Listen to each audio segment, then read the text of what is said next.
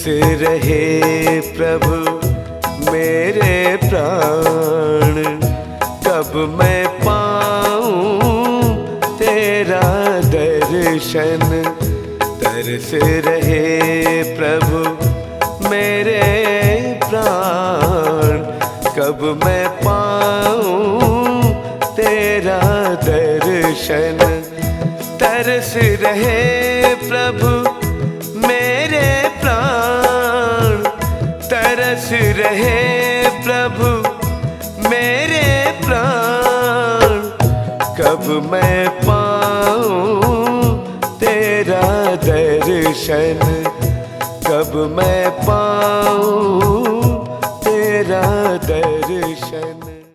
प्यारे भाई और बहनों, चालीसा काल प्रभु के साथ इस श्रृंखला को आगे बढ़ाते हुए हम आज के इस वचन को सुनिए। आज हम अपने हृदय को प्रभु के लिए खोलते हुए 40 दिन प्रभु के साथ वचन में आगे बढ़ते जाए।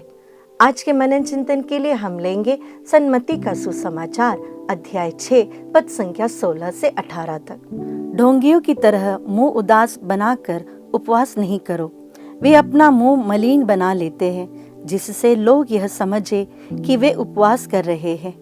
मैं तुम लोगों से यह कहता हूँ, वे अपना पुरस्कार पा चुके हैं। जब तुम उपवास करते हो तो अपने सिर में तेल लगाओ और अपना मुंह धो लो, जिससे लोगों को नहीं, केवल तुम्हारे पिता को जो अदृश्य है यह पता चले कि तुम उपवास कर रहे हो। तुम्हारा पिता जो अदृश्य को भी देखता है तुम्हें पुरस्कार देगा। प्यारे भाई और बहनों, कई बार हम उपवास करते हैं। इस चालीसा काल में हम विशेष रूप से ध्यान देते हैं कि हम उपवास करें। कलीसिया भी हमें सिखाती है कि जो कोई उपवास कर सकता है वह चालीसा के समय उपवास जरूर करे। हम कई लोग उपवास भी करते हैं और हमारी इच्छा के अनुसार हम उपवास करते हैं, लेकिन उपवास का सही अर्थ क्या है? उपवास करना यानी प्रभु के साथ आध्यात्मिक रूप में जुड़ जाना। हम कई बार हमारी चीजों में उपवास करते हैं। खाना नहीं खाना, जो चीज हमें पसंद है वह नहीं करना, बुरी आदतों को छोड़ना, यह सब सही है, यह सब अच्छा है। लेकिन क्या आपने कभी उपवास के बारे में गहराई से सोचा है? अनशन क्या होता है? हम यह कहते हैं कि हम पूरे दिन उपवास करते हैं। क्या वह उपवास है या अनशन है? अनशन एक ऐसी अवस्था है जहां पर हम खाद्य पदार्थ नहीं लेते हैं, ना ही खाते हैं, ना ही पीते हैं। और उपवास भी वही है, हम कई बार कुछ खाते नहीं हैं, लेकिन इन दोनों में बहुत अंतर है। हम जानते हैं प्रसिद्ध अन्ना हजारे को, जिन्होंने अनशन किया था एक लंबे समय के लिए। वहां पर वे आध्यात्मिक रूप से प्रभु के साथ नहीं जुड़े, बल्कि वह अपने शरीर में एक पीड़ा लेते हुए खाना और पानी छोड़कर एक सामाजिक कारण के लिए वो आगे बढ़े थे। उपवास में जब हम खाना छोड़ देते हैं या हमें जो चीज पसंद है उसे छोड़ देते हैं, तब हम प्रभु के साथ एक होना चाहिए। अगर हम प्रभु के साथ एक नहीं हो रहे हैं तो हमारा उपवास उपवास नहीं बल्कि वो अनशन होता है। कई बार अनशन कर कर हमारे मन में हम एक तृप्ति लाते हैं कि हम उपवास कर रहे हैं, लेकिन प्यारे भाई और बहनों, क्या हम सही में प्रभु से जुड़े हुए हैं? क्या इस उपवास से हमारी आध्यात्मिक जीवन में थोड़ा सा भी आगे हम बढ़ पा रहे हैं? अगर हम नहीं बढ़ पा रहे हैं तो हम उपवास नहीं बल्कि अनशन कर रहे हैं।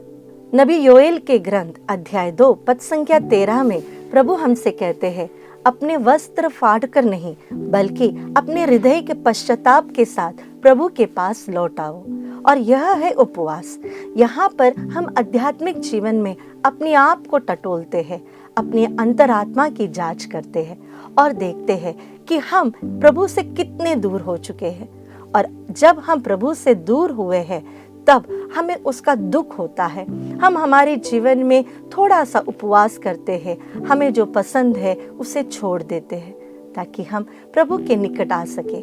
आइए इस योएल नबी के समान, जिन्होंने हमें आह्वान दिया है कि हम वस्त्र फाड़कर नहीं, अपने अच्छे अच्छे चीज़ों को छोड़कर नहीं, बल्कि हृदय में पश्चाताप करते हुए, शरीर में एक छोटी सी वेदना, एक छोटी सी पीड़ा स्वीकार करते हुए अपने जीवन को, अपने आध्यात्मिक जीवन को आगे बढ़ाए और इस चालीसा काल में हम प्रभु से एक हो जाए।